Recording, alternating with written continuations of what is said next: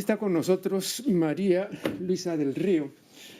María Luisa del Río y Patricia del Río han compilado una obra titulada Hey, soy gay, que reúne el testimonio de 20 personas homosexuales. La ilustre invitada de hoy es autora de 4 libros y numerosos artículos, de modo que le damos la más cordial bienvenida. Y bueno, el tema es muy amplio, ¿no? Y vamos a tocar pues algunos puntos fundamentales. Yo recuerdo que cuando estaba en el colegio leí un folleto pornográfico que se titulaba De todo menos tortillera, o sea, de todo menos lesbiana, ¿no? Y el autor sostenía que el varón que se precie de serlo no debe permitir, pues, que sus amigas o su mujer o su querida, ¿no?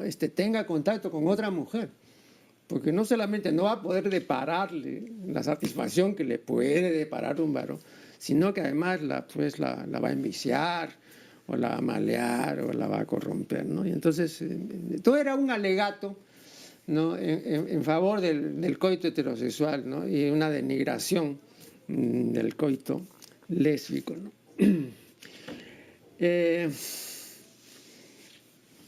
Ahora es curioso, pero el orden establecido admite al llamado homosexual pasivo, ¿no? Al maricón, ¿no? Al afeminado. Y ese es el que es objeto de burlas en los programas cómicos de la televisión, sí. ¿No es cierto? Pero nunca se verá en esos programas a un homosexual activo, y menos a una lesbiana activa. Sí. Ni tampoco pasiva. Es verdad lo que dice, sí. Claro. Entonces, yo creo que el orden establecido respecto a la lesbiana activa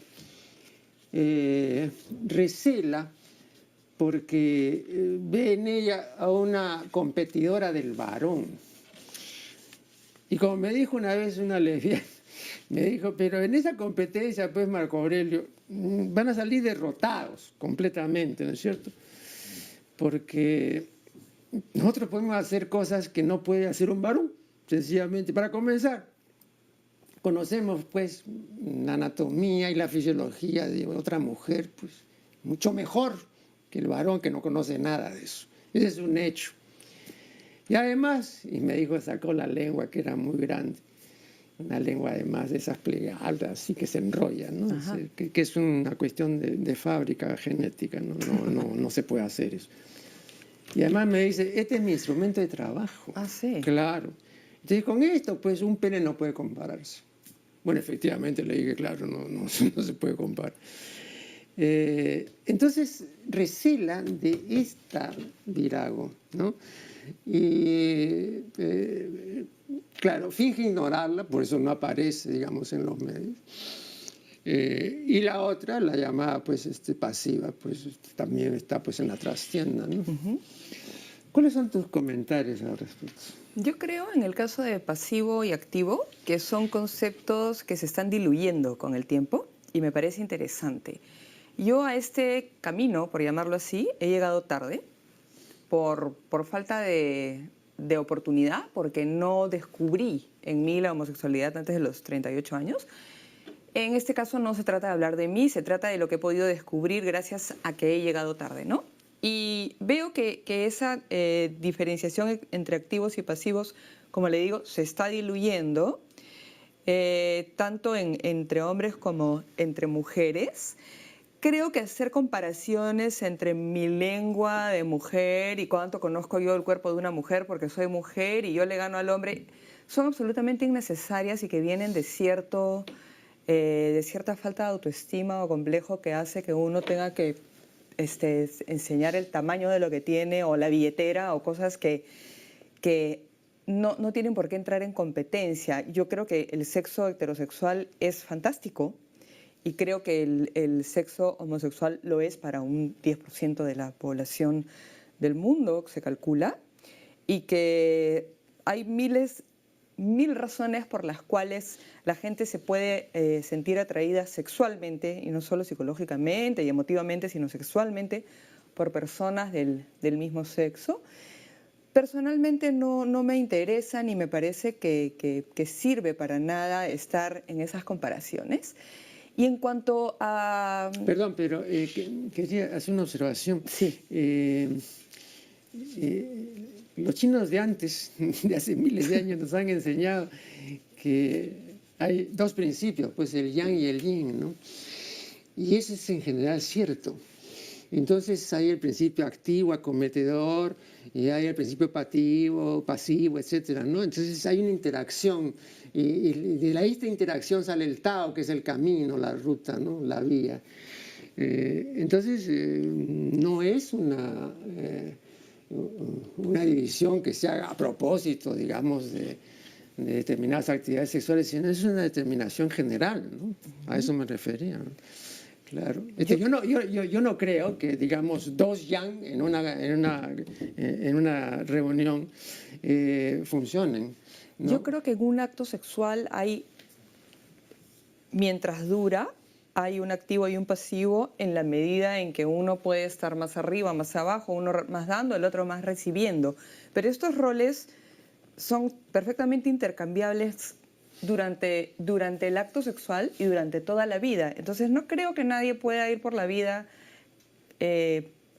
asumiéndose activo o pasivo. A lo que voy es que a estas alturas de la vida me parece que la gente se permite todo, explora todo y no se quedan con la insignia de pasivo durante toda su vida.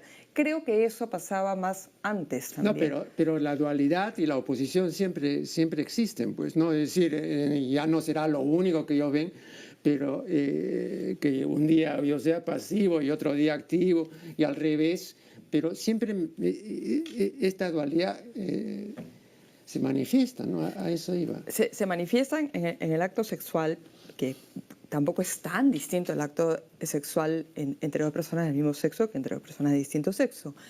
Finalmente uno asume más o menos las mismas posturas, la misma manera de acariciar, de besar y todo. Me refiero a que ya no creo que hay gente pasiva y gente activa, creo que son roles intercambiables todo el tiempo.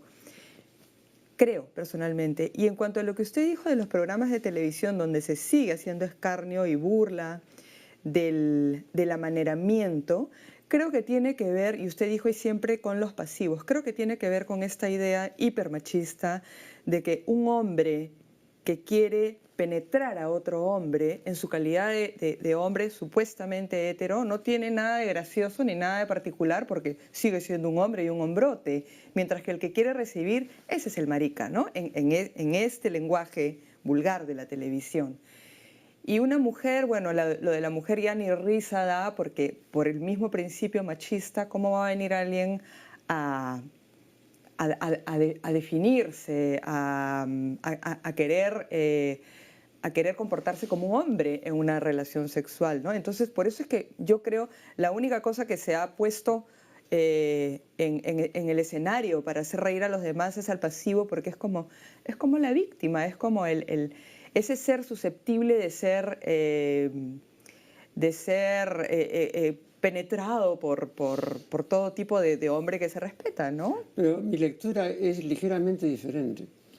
Se pone al pasivo porque con su comportamiento semeja el comportamiento femenino. Y en esta sociedad, en términos generales, hay un desprecio por la mujer, no hay un aprecio. Sí. Entonces, lógicamente, por eso se sayere, ¿no? Se culpa al llamado homosexual femenino, ¿no? Perdón, al homosexual pasivo, ¿no? Sí. Claro. Pero ese gran desprecio por la mujer... Porque ¿por qué no sale entonces la mujer que tiene un comportamiento varonil? ¿Por qué no se muestra? ¿Por qué? Porque se parece mucho al hombre. Y entonces, ¿qué cosa? ¿Vamos a burlarnos de ella? No, porque nos burlamos del hombre. Claro, al final hay un principio machista. Claro, entonces, lógicamente, si esta es una hombre que se nos parece, puede ser que, ¿no? Quizá sí. Del partido. Sí. Pero no, mejor que salga algo que se parezca a la mujer. Sí. A eso me refiero. Sí, es cierto. Sí. Y también es cierto que ese desprecio en el fondo por la mujer viene de la Iglesia Católica en su versión más fanática, porque no puede ser que alguien crea que una mujer puede embarazarse sin haber tenido una relación sexual. Y yo creo que lo que le pasa a la Virgen María, como le pasaba a muchas mujeres de esa época, es que tiene un encuentro con una persona joven pastando ovejas o qué sé yo, tiene una relación sexual, se da cuenta que está embarazada y regresa a su casa a decirle a José que ha recibido un anuncio de un ángel, cuando lo que le pasa es que está embarazada. Y ahí que tenemos desde el inicio de los tiempos esta idea de que la mujer tiene que ser pura, y más si es la madre de Dios, no puede tener placer sexual, no puede gozar. Entonces, en el fondo se le está negando a la mujer toda posibilidad de gozar sexualmente, en tanto sea una mujer respetable. Y eso, como creo yo, viene pues de hace 2015 años, por lo menos, ¿no? Vamos a hacer aquí una primera interrupción y ya volveremos.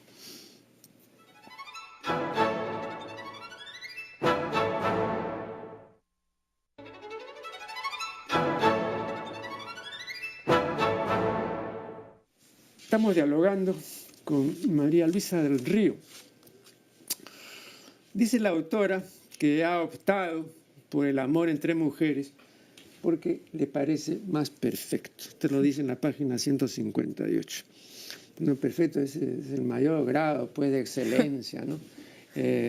Entonces, es difícil, no digo que sea imposible, ¿no? Pero es difícil pues imaginarnos que nosotros, seres básicamente imperfectos, podamos alcanzar la perfección. Sin embargo, ocasionalmente la alcanzamos, ¿no?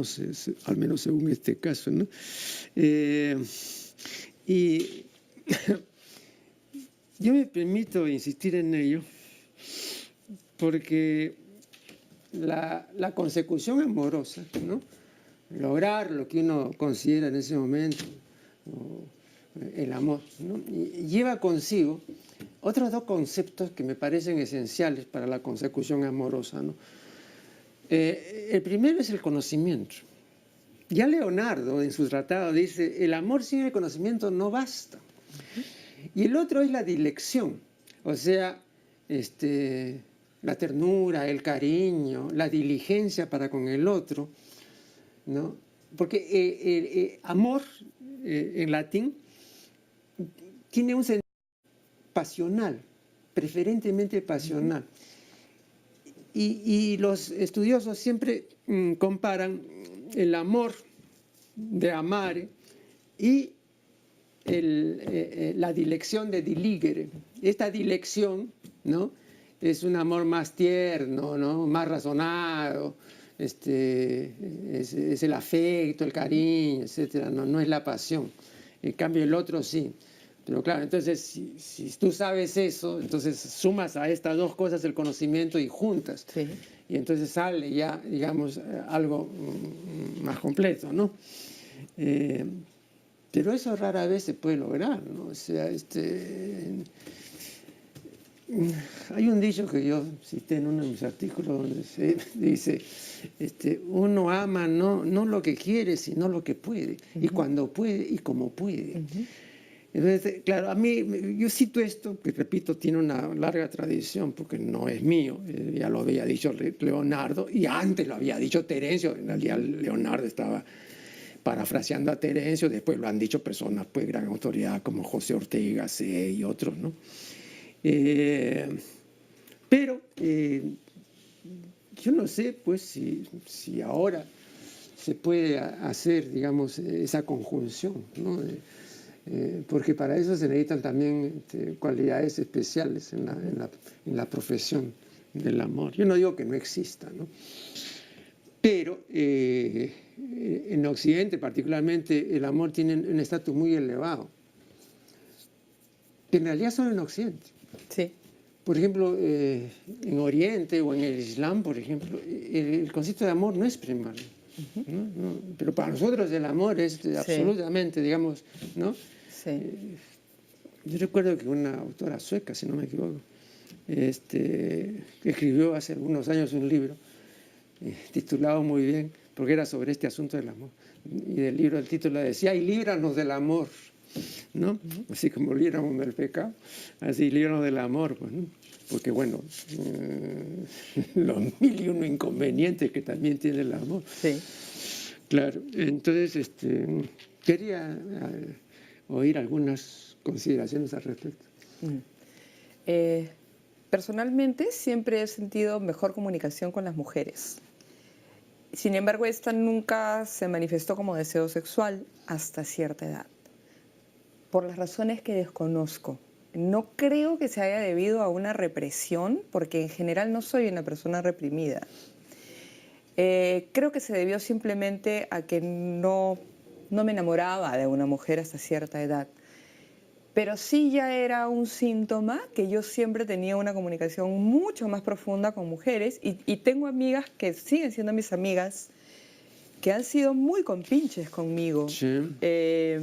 Y esa capacidad mía de comunicarme sin miedo y quizás sin ningún nivel de competencia o de cálculo o de estrategia, solo se me ha dado entre mujeres. Por razones que de repente tienen que ver con mi formación y con cosas que podría yo sentarme a conversar con un psicólogo durante horas, ¿no?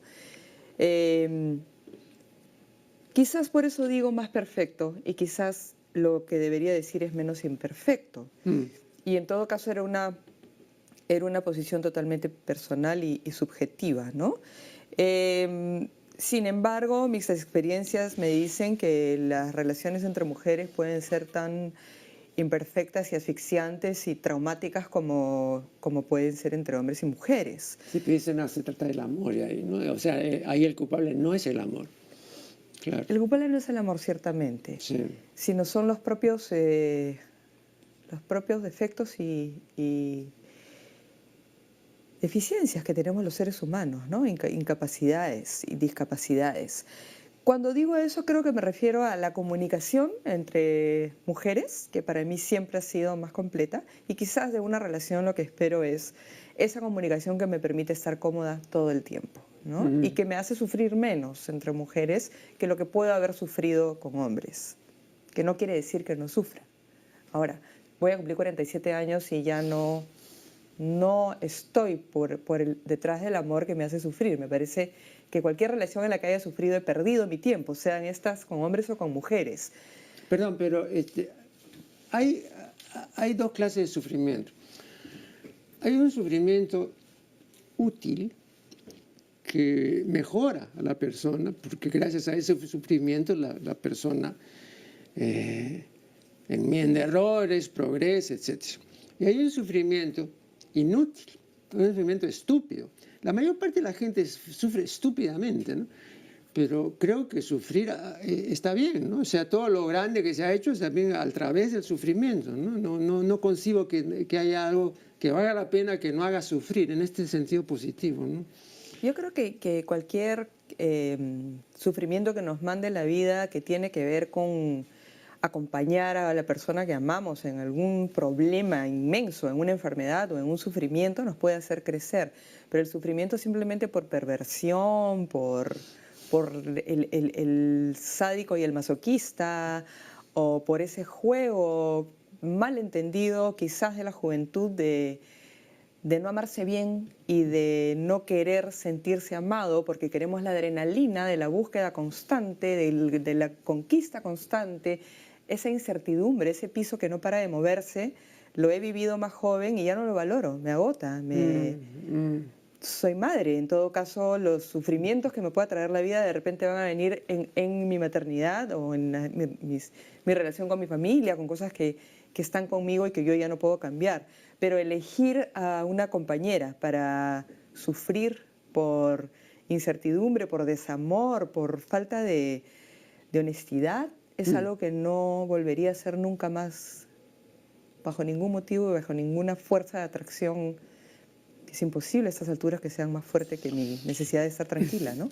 El filósofo Nietzsche decía, cuando me quieren presentar a una persona, yo siempre pregunto, bueno, ¿cuánto me va a costar? ¿No? Porque en discusiones, en problemas, en cosas, porque si me va a costar mucho, no. Entonces, hay un costo razonable que se puede pagar, Sí, ¿no? claro. Y es normal. pero hay normalmente también una sobrefacturación, ¿no? Sí. O sea, hay un consumo excesivo y que no se justifica, ¿no? No. Entonces, pero eso se debe a que, si es cierta mi teoría de la mercadotecnia del afecto, yo sostengo que la mercadotecnia del afecto uno hace una inversión, ¿no es cierto? Pero es como cualquier otra inversión, las haces bien o las haces mal. Pero generalmente pues la hacen mal la inversión. Entonces después vienen las quejas y me engañó, que el esto y que el otro, ¿no? Pero claro, no te fijaste, no pudiste ver, ¿no? Entonces se trata, digamos, de ver hasta qué punto podemos acertar respecto al otro. Sí. Y acá quería yo manifestar que según la Escuela Etológica Contemporánea, una buena elección supone primero un buen conocimiento de uno mismo, Sí. porque sin ese buen conocimiento no podemos conocer bien al otro, ¿no? Entonces, una cosa supone a la otra. Pero, cuando uno dice, ¿y por qué hay tantas equivocaciones en la elección de pareja? Y yo llegué a la deprimente conclusión de que uno se equivoca tanto respecto a la elección de pareja, no porque lo engañaron, ni porque no vio un defecto que después salió, ni porque le dijeron una cosa y no había sido así, no. Uno se equivoca porque no puede acertar. O sea, el asunto es más grave. Sí. Y no puede acertar porque no terminamos de conocer al otro. Sí. Y entonces, mientras que no nos conozcamos y no nos conocemos, pues va a ser difícil pues, que conozcamos al otro. Entonces, Sí. podemos intuir, podemos más o menos atisbar, ¿no? Ver que por aquí el asunto sí, por aquí no, pero como cosas generales, pero no hay un conocimiento real. Entonces, después, no hay derecho a queja, pues, como decía mi profesor de primaria cuando íbamos a reclamarle que nos haya puesto 10 en el examen, decía, a llorar a la playa, hijo, así Sí. orinas menos, así. Sí. Bueno, entonces igual acá Sí. no hay derecho a queja. Yo también creo que no hay derecho a reclamo y que uno Claro. sigue caminando y agradece lo que aprendió. Y ahora encuentro una sobrevaloración del amor propio, ¿no? Si uno entra al Facebook, pues todo se trata de amarse a uno mismo y creo que eso es muy exagerado también. Me parece muy complicado tener esa especie de autoadoración, ¿no? Uno se quiere porque tiene dignidad, pero también se conoce y también se disgusta a uno mismo, ¿no? Entonces, se habla del amor propio antes de querer a alguien. ¿Cómo no vas a querer? ¿Cómo vas a querer si no te quieres? Lo entiendo, pero me parece ideal, no me parece tan real, ¿no? Yo Bueno, creo que no nos queremos tanto. el satírico Ambrose Bierce, un gran satírico, definía el hecho de estar solo, ¿no? Y lo hacía muy bien, decía, estoy solo, es decir, en mala compañía. Vamos a hacer una nueva interrupción y ya regresaremos. Sí.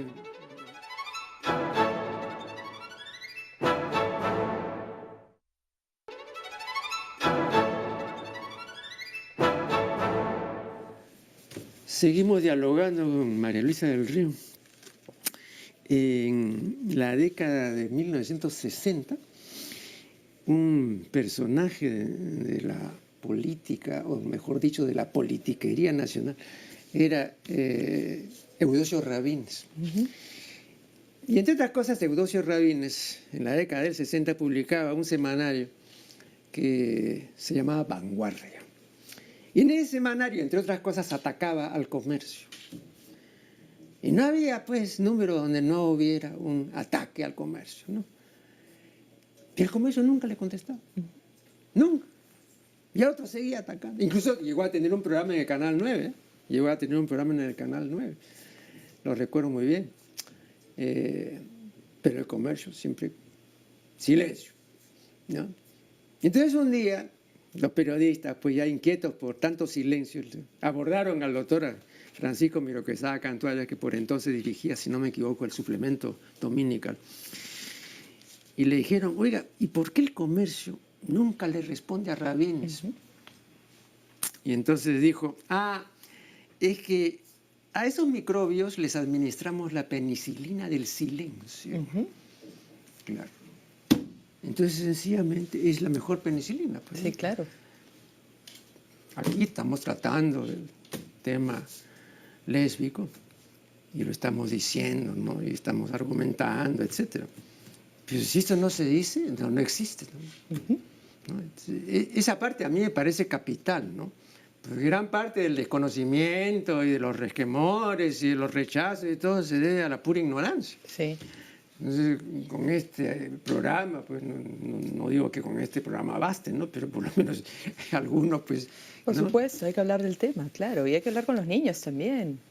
Y eso está cambiando mucho, muchísimo. ¿Desde cuándo dirías tú? Fui a un colegio de monjas alemanas, de modo que ese nunca iba a ser un tema, pero estoy segura que tampoco era un tema en colegios laicos hace 30 años. Hace 30 años salía del colegio, además. Pero lo veo en el colegio de mi hija, que es los Reyes Rojos, que ciertamente es una apuesta alternativa al orden establecido, como dice usted, pero también lo veo en otros colegios. Un afán de prevenir la discriminación en los niños, de hablar de estos temas, de que no se estén usando esas calificaciones como insulto. Y yo creo que eso era imposible hace unos años, porque los profesores ni siquiera se atrevían a hablar del tema por miedo a que vinieran los padres a decir, ¿por qué le hablas esto a mi hijo? Yo decido si se le habla o no se le habla. Creo que cada vez hay menos de eso. Y mucho menos en los colegios laicos, ¿no? Sin embargo, creo que hace 30 años eso no se hablaba ni en los colegios laicos, por temor y porque, como usted dice, cualquier cosa incómoda, pues mejor no nombrarla, no mencionarla, ¿no? Claro. Aquí leo en la página 160 lo siguiente. Yo veo que para esta generación probar está en su checking list. Sí. Y creo que en adelante sí va a haber más comodidad en llamar a esto una opción. La gente va a probar y va a decir, yo me quedo con las mujeres o yo me quedo con los hombres, como algo casi cultural. Bueno, pero el asunto tampoco no es así una disyuntiva de este orden, ¿ah? Porque hay una serie de subopciones dentro de una opción que se ha tomado general, Sí. ¿no? Y que son vulneraciones, digamos, ¿no? De esta opción general. O sea, para decirle en lenguaje coloquial, pues, ¿no? Le sacan la vuelta a esto que es, digamos, lo oficial, ¿no? Y tampoco, digamos, en materia de elección se puede decir, yo me quedo con esto, yo me quedo con lo otro, porque justamente aquí en el libro veo que hablas de la bisexualidad. Sí, que ninguna elección es lapidaria. Muy bien. Pero yo justo cuando vi eso, y luego incluso la observación que hacen, ¿no? De que no gusta que se diga eso, ¿no? Lo cual me pareció sorprendente, pero es así. Bueno, sobre esta bisexualidad, y eso yo lo recuerdo perfectamente desde los antiguos estudios del doctor Marañón, de Alexander Lipschutz y de tantos más, de hace 80 y 90 años. O sea, desde esa época se ha establecido esto ya científicamente. Entonces han transcurrido, pero décadas, y todavía ahora hay que decirles, oiga, existe esto, no lo he inventado yo, esto de acá ya es así. ¿Usted se refiere a la bisexualidad? Sí. Entonces eso ya como tema de investigación y como hecho comprobado científicamente no es de ahora. Pero lo que hay ahora es que la gente sepa que es así, ¿no? Entonces hay un nivel de desinformación, además, que viene de mucho tiempo atrás, ¿no? Entonces, yo por eso no dejo siempre de sorprenderme, ¿no? Que ahora se necesite insistir en que esto tampoco es nuevo. O sea, no es nuevo, esto tiene ya su buen tiempo, ¿no? Ahora, esto, ¿tú crees que realmente se trata así de probar? ¿Me quedo con los hombres, me quedo con las mujeres? Creo que al decir me quedo fui un poco categórica, porque uno puede eternamente migrar de una cosa a la otra, digamos, o incluso, tal como van las cosas, pues tener más de una pareja sexual al mismo tiempo. Cada vez veo más apertura a cosas que, si bien no las he vivido, cada vez me sorprenden menos, ¿no? En esto de la búsqueda de la experiencia sexual. Quizás me quedo, ha sido un poco limitado de mi parte y hasta tonto. Lo que quería decir es que yo estoy segura que las generaciones que ahora son niños, probar una cosa y la otra no va a ser motivo de vergüenza ni va a ser un tabú. Y claro, no necesariamente eso hará que se queden en una cosa o en la otra, sino probablemente que la bisexualidad, que es tan natural, se asuma y ya se instale simplemente después de esto, que ya es un tema, ¿no? Porque incluso entre homosexuales, el que se define bisexual es un poco, y Pachi Vallerriestra también lo dice, es un poco mal visto, es como, tú no tienes bandera, tú no tienes camiseta, ¿no? Tú le entras a todo. Me parece bastante que viene de un temor eso, ¿no? En general, de tantas cosas, tantas limitaciones sexuales vienen del temor.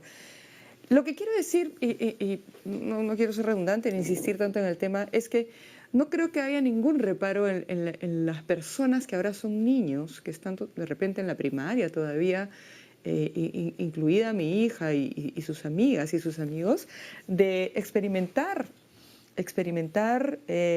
un poco todo, experimentar con ambos sexos. Creo que se lo van a permitir, y creo que se lo van a permitir como una exploración. Y no me parece que hay nada de malo en eso, ¿no? Y no me horroriza.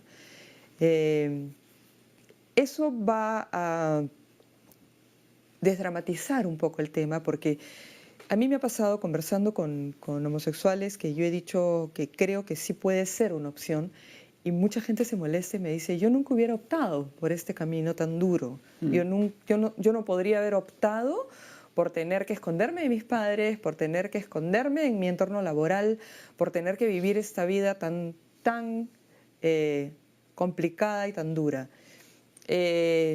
Sin embargo, si no hay esa persecución, si no hay ese rechazo, estoy segura que la gente probaría con más tranquilidad y que se inclinaría por una cosa o por la otra con más libertad, con menos prejuicios y con menos acoso por parte de los demás, ¿no? Y creo que es natural, creo que está en nuestra naturaleza de seres vivos, no solo de humanos, mamíferos o lo que sea.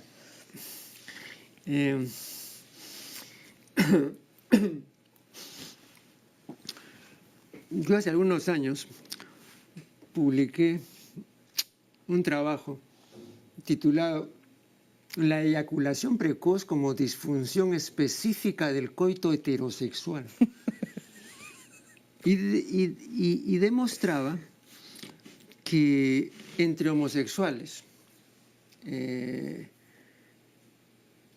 prácticamente no existe, o si la hay, bueno, es muy pequeño el porcentaje de homosexuales eyaculadores precoces, ¿no?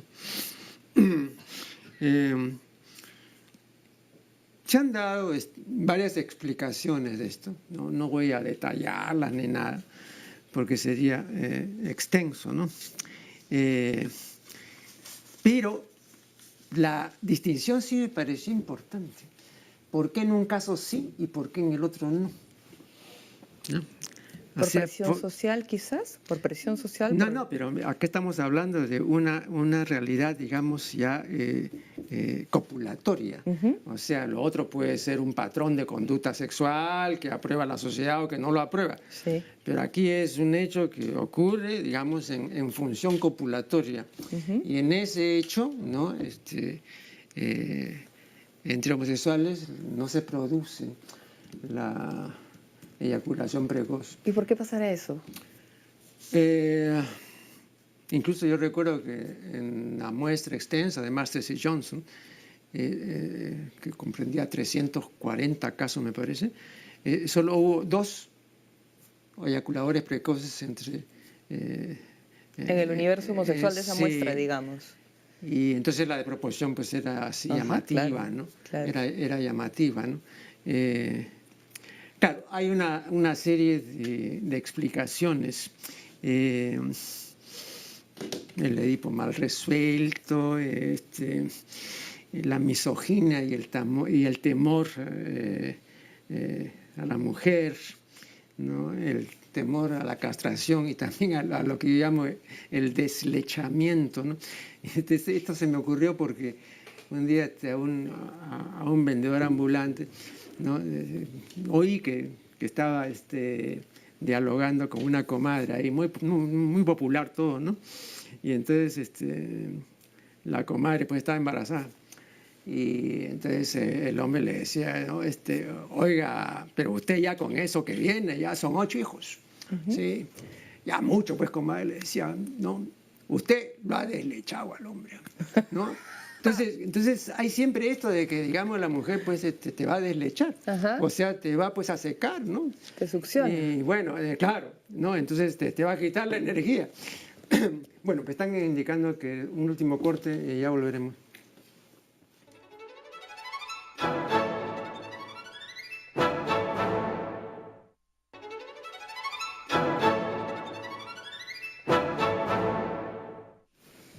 Este es el último segmento de una conversación muy interesante y fructífera con María Luisa del Río. Tú mencionas que hace unos 30 años, ¿no? El panorama sexual peruano era por extremo diferente del panorama que rige hoy, ¿no? ¿Cuán diferente realmente crees que era, ¿no?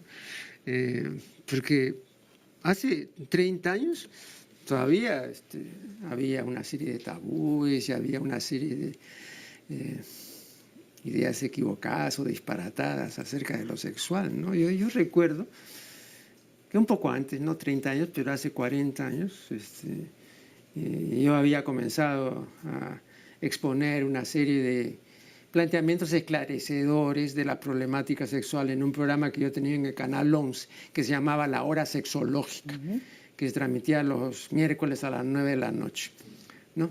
Bueno, tenía pues escasa sintonía, ¿por qué? Porque la cobertura del canal 11 es pequeña, ¿no? Claro. Tiene una infraestructura que no es de primera, pero lo importante es que practicaba esa política de puertas abiertas y entonces que yo pude hacer, ¿no? esa labor de esclarecimiento. Bueno, a raíz de eso, ¿no? Entre otros temas se habló de la masturbación. Y entonces yo expuse pues lo que ya es una cosa muy conocida, pero acá no tanto. Y dije que la masturbación es una forma de comportamiento sexual como otras tantas, ¿no? Y que no tiene nada de pervertido ni de malo, etcétera, ¿no? O sea, expuse lo que ya hace tiempo se conoce, pues, ¿no? Pero que aquí no se conocía. Bueno, entonces lo recuerdo perfectamente que por entonces en una ocasión subí a un ómnibus de transporte colectivo. Y estaba yo ahí y entonces me reconocieron unos jóvenes que estaban al final.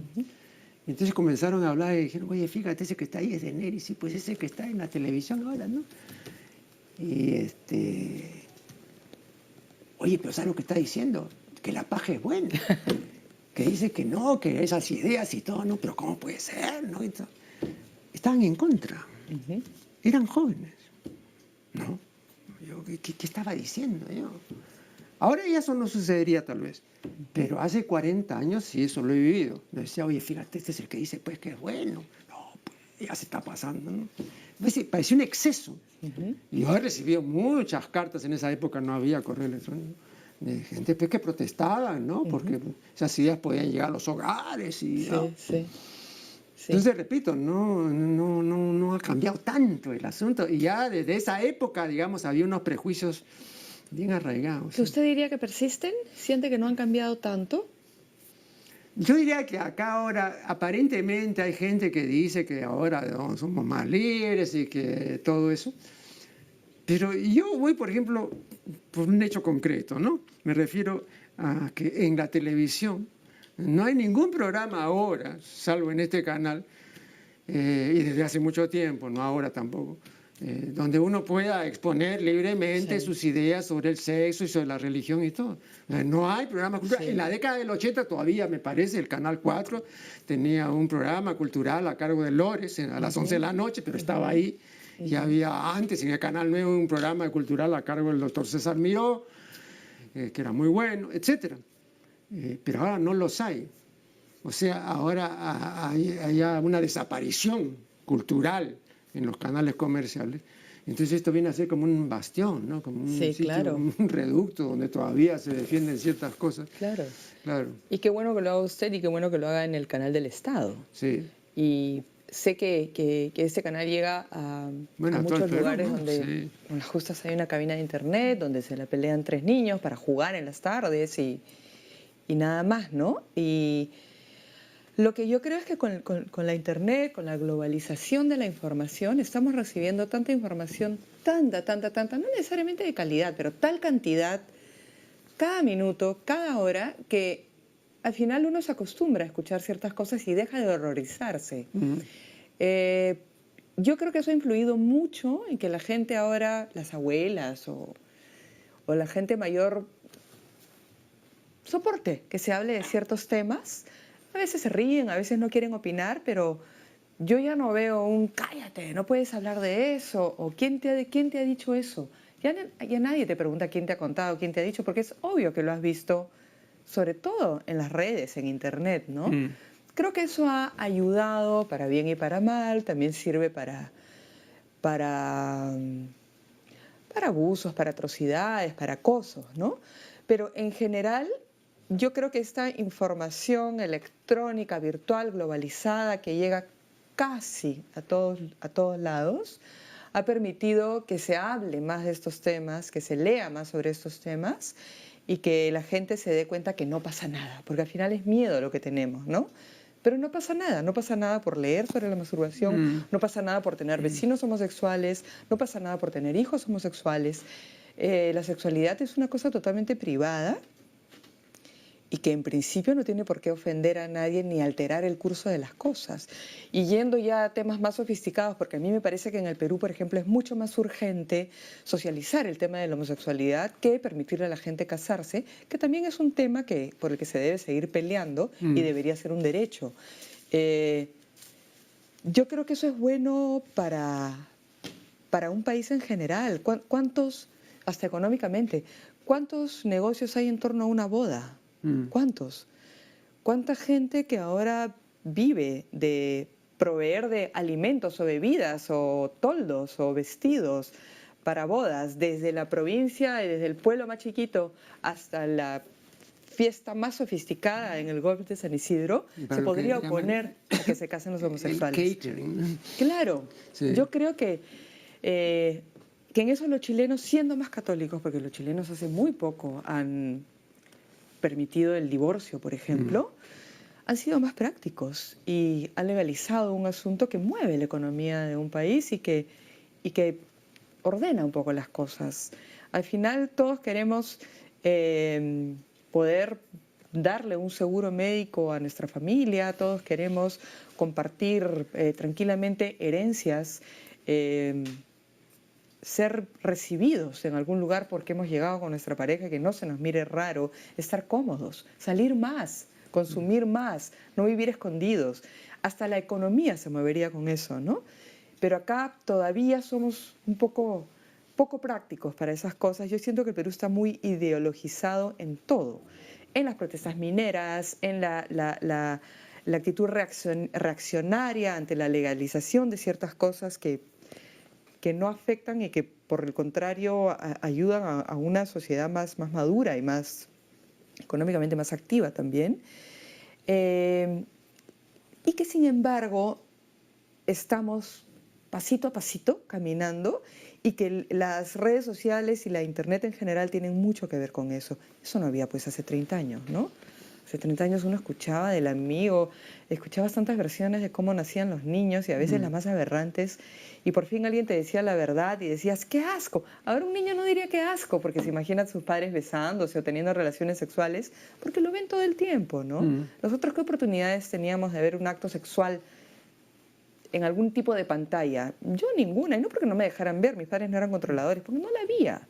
Había el escarnio, risas y salsa del homosexual, había la mujer tipo Yayita de Condorito, que era Analí Cabrera, que era la ricotona con la falda chiquitita, y todo era como muy sublimado, pero ahora creo que en cualquier soporte, en cualquier película que vea un niño, en algún momento aparece una relación sexual y nadie se escandaliza, ¿no? Entonces, esta especie de de bombardeo de información, en este caso creo que nos está ayudando a crecer como sociedad, si bien todavía hay mucho camino por recorrer. Hay una pregunta extrasexual y que sin embargo gravita y mucho, digamos, en cualquier relación sexual o sentimental. Y que se concreta en la pregunta, ¿cuántas horas diarias es soportable una persona en relación face to face, en relación presencial, ¿no? Bueno, yo he investigado el punto, tengo un escrito sobre el particular. No muchos autores hablan del asunto, pero los que se han ocupado del asunto y con solvencia, bueno, todos más o menos están de acuerdo en que una persona en esa relación es soportable 4 horas diarias. Sartre decía, con los hombres 2 horas, pero con las mujeres más horas. Claro, con una mujer como la que tenía posiblemente podría estar todo el día, ¿no? Porque una mujer de categoría, ¿no? Pero también me parece exagerado. Y en fin, hay otra serie de opiniones al respecto, ¿no? Pero yo parto de la premisa, hablando en general, de que el ser humano es insoportable. Sí. Entonces, esto en una relación, ¿no? Presupone que si uno quiere plantear bien el punto, como me dijo una vez Armando Robles, antes de contestar esa pregunta, tiene que contestar otra que es tan importante como esa, y es ¿cuánto me soporto yo? Exacto. Claro. Entonces hay momentos en que uno pues, no se tolera, no se soporta, por muchas razones, ¿no? Entonces mal va a poder pues soportar al otro, ¿no? O a la otra, ¿no? Entonces hay un tema ahí también de soportabilidad. Sí, sí. Y también conexo con esto está el asunto del aburrimiento. Porque cualquier relación, sobre todo relación sexual, la relación puramente sentimental, ¿no? Está un poco más protegida, me parece. Pero cualquier relación de este orden termina, digamos, siempre con el peligro del aburrimiento. Sí. ¿No? Entonces con el tedio. Entonces, ¿cómo hacer, ¿no? Para que no nos aburramos tanto, ¿no? Es un asunto romántico porque el aburrimiento como asunto propiamente tal es un fenómeno del 800, ¿no es cierto? Antes, ¿no? No hay aburrimiento, ¿no? Yo he investigado el punto. Porque es un texto mío que se llama Siempre nos hemos aburrido, y demuestro que no siempre nos hemos aburrido, que es un aburrimiento que, repito, comienza con el romanticismo hasta la fecha. Ahora, toda la organización social está para que uno no se aburra, no sea con una multiplicación de estímulos, lo cual también tiene una serie de ventajas. Brevemente, porque me están indicando, ¿tú crees que aquí hay un factor esencial respecto al aburrimiento para la vida de la pareja? ¿En el tema homosexual? No, y en general. ¿En general? Creo que ese es el gran temor. Y que uno tiene que bailar un poco con eso, ¿no? Y creo que tiene que ver con justamente no andar, generar un poco de espacio que genere la inquietud del deseo. Y un poco el celo también. El celo me parece bien importante. Esa gente que dice, yo no soy celoso. ¿Por qué eres celosa? Eso no es normal. No creo. Yo creo que uno tiene que ser un poco celoso y sentir un poco de celos. Y eso es imposible cuando no hay un espacio, ¿no? Rollo May hablaba de una cantidad saludable, decía, de celos, ¿no? Pero es difícil, también reconocía, ponerse de acuerdo en cuál es la cantidad saludable. Sí. Pero una cierta calidad de celo, ¿no? Bien, me indican que aquí ya se ha vencido el tiempo. Nuestro agradecimiento a la distinguida invitada, y con ustedes será hasta el programa siguiente. Gracias a usted.